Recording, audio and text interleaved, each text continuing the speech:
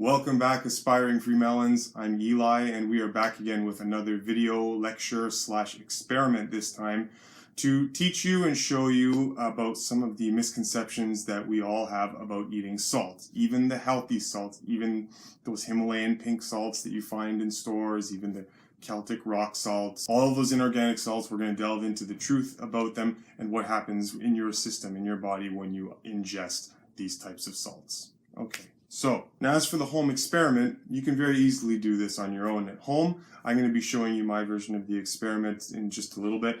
What I did was I took 2 pieces of fish.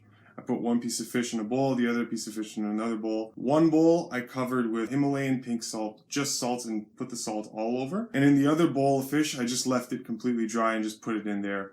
Covered both of them up and left them on the counter for a day or two. And the results, well, I'll show you what the results were soon enough. But of course, first we are going to go through some literature, share some quotes with you from some of the learned scholars who understand this, and then we'll show you the experiment. Alright, so let's start first by reading you some quotes from Dr. Paul Bragg. This is the Dr. Paul Bragg, the authority on fasting and healthy lifestyle, simplicity, raw foodist, all that kind of stuff. Incredible guy. So this is what Dr. Bragg says. Salt is not food. There is no more justification for its culinary use than there is for potassium chloride, calcium chloride, barium chloride, or any other chemical on the druggist's shelf. Salt cannot be digested, assimilated, or utilized by the body. Salt has no nutritional value. Salt has no vitamins, it has no organic minerals, it has no nutrients of any kind. Instead, it is harmful and causes trouble to the kidneys, bladder, heart, arteries, veins, blood vessels. Salt is the main cause of waterlogged tissues that cause swelling and edema. Okay, let's jump to Dr. Hereward Carrington, writing to you from the early 1900s. Salt is a necessary article of diet, and that no one would deny. Certainly I would not. Okay, so he's agreeing that, salt is necessary. But, however, I must insist that this salt can be supplied to the body in its organic form, just as any other salt can. It is contained in fruits and vegetables, together with other salts. Why not eat it in that way? Yeah, why not? Just as we eat those other salts. Sorry, I interrupted myself. Let me read that again. It is contained in, he's talking about organic salts. It is contained in fruits and vegetables, together with other salts. Why not eat it in that way, just as we eat those other salts? Okay, let me pause there for a second. What he's saying is that in fruits and vegetables, you have the organic version of salt and other mineral salts. When you eat it in its inorganic form, like taking it from the sea or heating it and refining it, or if it's just raw salt from rocks or the sea or whatnot, it's in its inorganic form. Your body can't deal with it. Okay, your body has no idea what to do with an inorganic salt. I'm going to give you just a little bit more, and then I'll explain how this works, okay? So just bear with me. Is not the action of salt in the system on the effete or dying tissues the same, in kind, as upon those in a brine barrel? The word effete means in a state of decadence or disrepair, decaying, infertile, general weakness. Okay, that's what effete means. So he's saying if salt has a certain effect in a brine barrel, wouldn't it have the same effect in the tissues in the body? It's pretty reasonable to assume. I see nothing in the vital economy to negative the presumption. Okay, and listen to this next part very carefully. The particles of dead and oxidized tissue on their way out of the body, so far as they are brought within the influence of salt, and this, as it floats in solution all over the body with the blood, must be general, are robbed of their moisture, dried, hardened, pickled, and their passage along the finer canals made more difficult. They lodge and remain, and hence account, in part, for the increased weight of the body. The added weight represents, in part, filth which ought to be outside of the body and not inside. So what he's saying is that salt in your system, okay, when it comes into contact with the body tissues and the body fluids and all of the toxins and poisons that are in your body that in a daily, minutely, hourly basis are constantly being filtered out through your system, through your lymph system, through your kidneys, right? If the detoxification program for just even a couple of minutes or hours were halted, completely halted in your body, you'd feel the effects, right? This system has to endure, has to continue perpetually. Now, when salt is in the tissues, all of these toxins that are on their way out from everything that you digest and everything that you eat, salt affects those by trapping the poisons, by slowing the system down, locking those toxins deeper into the tissues, and retaining poisons and toxins that normally would be moving out on their way. So if you like to keep the acid wastes that are in your system instead of moving them out, what you should do is you should eat salt. Okay. Again, I'm not suggesting that, obviously. I'm saying this is not a great idea. And last one, Dr. Morse, extremely renowned healer. I suggest you go watch his videos, read his books. I mean, you'll be doing yourself a service. Some of the irritants that people consciously or unconsciously consume each day are black pepper, caffeine, salt, MSG, preservatives, chemical and refined sugars.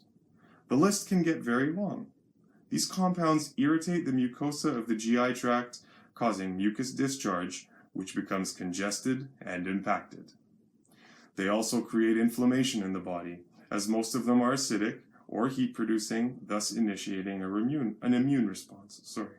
Okay, so now you've heard some of the detailed studies and findings from the experts. Now I'm going to encapsulate this in my own personal wording to make it as easy to understand as possible. And then I'm going to show you the experiment.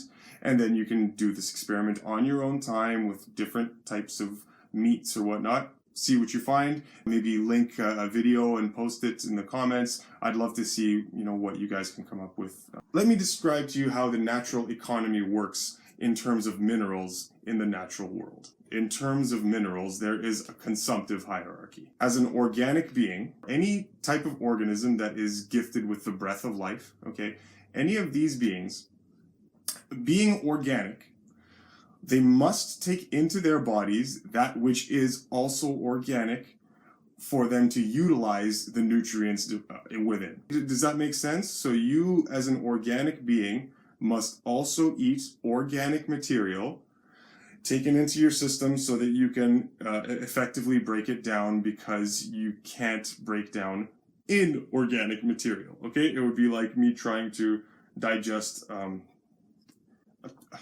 toy car, right? It's not organic, so your body can't deal with it. It doesn't know what to do. Organic being, organic food.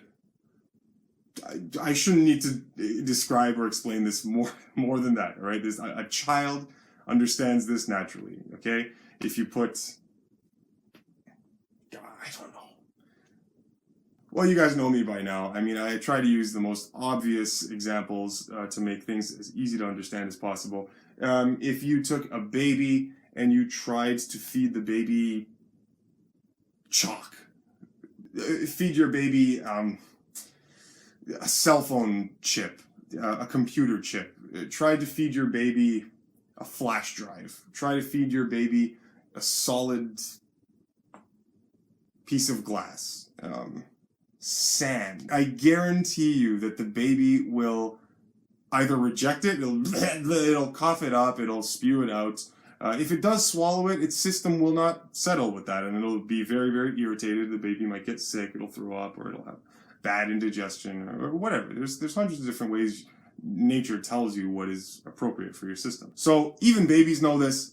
Organic food, right? So simple. I've spent way too much time explaining this, than is necessary. Plants are on one level of the consumptive hierarchy, and the rest of the animal kingdom, in their different degrees and variations, are on a level higher than the plant world, okay? Inorganic minerals fall below the plant line in their type and level of evolution, and thus it is only plants that can make use of and eat inorganic minerals. Plants and vegetation use the minerals from the soil, the inorganic minerals from the soil, and they soak those up, and then nature works its brilliant magic, and it uses these inorganic materials and it converts them into organic minerals.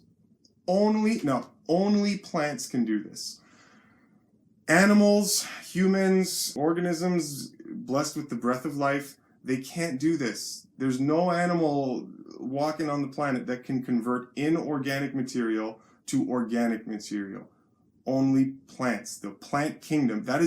Nature has designed the plant kingdom for that responsibility. The minerals down here in the soil and the rock and all that, the plants soak it up, they convert that into organic materials so that the next level above that, the animals and the humans and whatnot, can take from the plants and eat the plants, or what the plants produce, the fruits and whatnot, and then get the minerals they need from that level of the hierarchy. If humans or animals or whatever up here try to eat and ingest inorganic materials and minerals down here, it won't do anything for them. It's an inert form of element that needs the intermediary of the plant world with which to convert it into an organic form for you to eat. Okay? This is why fruits are the most highly evolved type of thing that a plant grows. And then, of course, you eat the fruits, or you eat the herbs, and you eat the plants, you eat the vegetables. That is how it works. I can't put it any more simply than that. So, that being said, every single time, now I'm trying to empower you here with knowledge that will filter out everything that is nonsense. Every time you hear someone in the health community say, oh, well, you need some salts, you need this, you need to, you need these salts from this source. Oh, if you add a little bit of salt here, it's not okay. You know it's nonsense because you can't take inorganic salts and have your body deal with it because inorganic salts are inorganic. You can only use organic salts brought to you by either eating plants or by eating fruits. Or if you're eating an animal, the only reason you're getting minerals from the animal is because the animal at some level in the chain was eating plants from the earth, okay? So that's how it works. Oh, here's a good idea for you to ponder. Have you ever wondered why salt makes you thirsty? Right? Salt makes you very thirsty. If you haven't noticed this, when you eat a salt-heavy meal, you get thirsty. Your craving for water increases. Why is that? It's because that any irritant that you put into your body or near your body, if you smell it, if it's potent, like onion or whatnot, any irritant to the system creates a discharge of fluid, right? Or a craving for water in the case of salt if you're taking it into your body. The reason your body does this is because it's encouraging you to wash out the poisons. It wants to get rid of that inorganic material as fast as possible.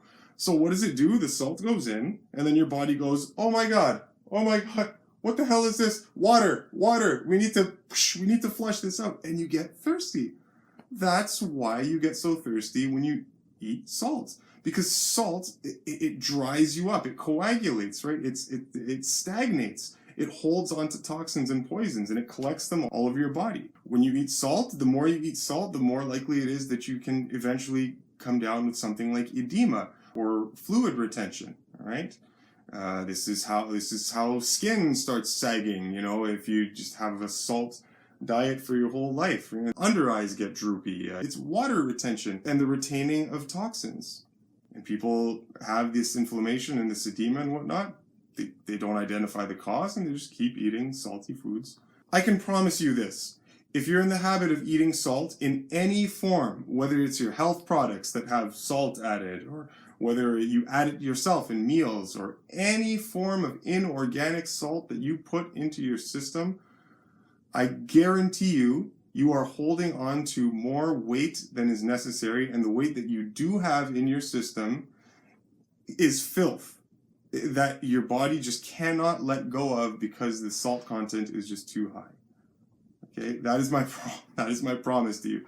If you were to cut out salt and detox, you'd find that you flush a lot of unnecessary weight that didn't need to be there in the first place.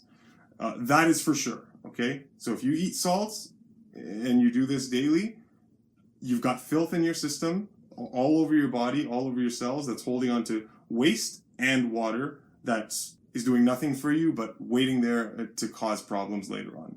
That I can promise you that is the case. Do you want to know why farmers feed their cows salt licks? some farmers, I guess. The reason is because salt, like we just stated, causes an intense desire for water. And the more water that the cows drink, the more milk they produce. And so the farmers give the cows salt lick and they produce more milk. I mean, the effect of which is brutal on the kind and quality of the milk, as if drinking milk from a cow, even if it were good quality, is something that you should be doing in the first place. I mean, but ignoring that, right? They don't really care about the health of the farmers, some farmers. It's how much milk they can produce, obviously, because that's their livelihood. So they've got to do whatever they can to make as much milk so they can earn a living for their families. It doesn't really matter how bad the milk is for you. So let's go to the experiment. I had a friend visiting from out of town, and she was going to stay at my place. So I gave her my place for the next couple nights. And while I stayed at my mom's house, when I came back to my place a couple days later, there was some fish in the fridge. I wasn't going to use it, so I decided to do this experiment. My only limitation was that the pieces of fish were not exactly equal size, okay? Because I surely was not going to go and spend money on fish. I'm not going to support the industry of needless slaughter. So this is not, again, this is just a casual home experiment. It's not rigorously scientific. It's just an experiment, okay? You can try this on your own and see what you come up with. So all we did was we put the meat into separate bowls. One of them got covered with a lot of salt, alky salts, Himalayan pink salts, and the other one didn't have anything. And we just let them thaw out on the counter just to see what happens. So we waited for a couple days. I can't remember, 2 days, 3 days or so. And lo and behold, of course, we found that the piece of fish that was covered with salt was swimming in a greater pool of water than the fish that had no salt. Why? Why is that? Because the salt dried the tissue. The salt extracted from the fish water. It sucked it out, and it dried the fish out completely. Now, I took a spoon, and I also patted, because it's hard to see, like you can't really see it as well as I can here. I started patting the fish with a spoon so you could hear the difference between the two types of fish. One sounds much drier and harder, the other one a bit softer. So take a listen to this.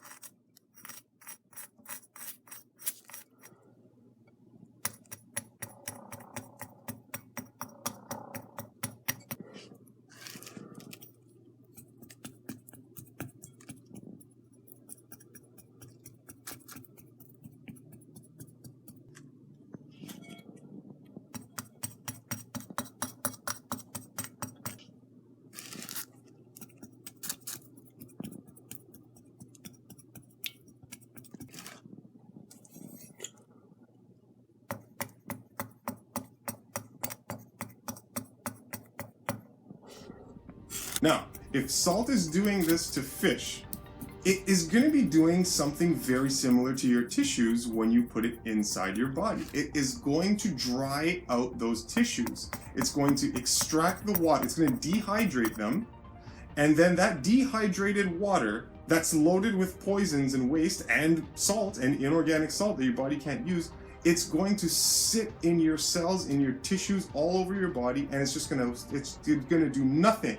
It's going to sit there, and it's just going to cause problems. You have extra weight, 10, 15, 20, 30 pounds. Oh God, who knows? This goes for many of the irritants. Coffees, peppers, like black pepper. Black peppers. Some of the worst stuff imaginable for you. Okay, so anyway, that's it for now. Try this experiment at home. And I've mentioned this in other videos. If you want to test whether something is suitable for you, eat only that thing and see what its effect is on you. So if you think salts are a good thing for you, I want you to take a small bowl full of salt and eat that for dinner. See what happens. Okay, just no, don't do that. No, don't do that. Don't do that. But you'll find that it's a very, very, very unpleasant thing. Your body will reject this. Try to do the same thing with pepper, black pepper. You sprinkle it on your food, yeah. And it's mixed with all the other foods, so all you get is this mild, pleasing, stimulating flavor. But try eating pepper on its own. Just try it. Take a spoonful of pepper and go, You're gonna... Anyway. All right, that's it for now, guys. Thank you so much for tuning in. I hope that was informative for you, and I hope that gives you some insight onto the very obvious logical fallacies that the health community puts out there, you know, in terms of eating salt. Oh, there's one thing I forgot to mention. Where did this thing of healthy salts come from? Why are we under the assumption that they are healthy for us? Salt is very, very alkalizing as a mineral in your body. If your body is overly acidic, it might have the very temporary effect of alkalizing you, and we know that bodily alkalinity is a good thing, right? It is exactly what you want. It's just that eating salt is the wrong way to get there because of the other effects it has on your system. So, yes, mineral salts are alkalizing, but again, you want them in their organic form, not their inorganic form, okay? I hope that makes sense. It sure does to me. It didn't take me long to realize the obvious truth in this. Don't believe me? Eat salt on its own in a bowl, see what happens, okay? Don't say I didn't warn you. Thank you very much for listening, guys. I'm Eli, and we'll see you again on the next tutorial, lecture, experiment, whatever it is that I feel that you guys need to hear. Okay? Ciao. Take care.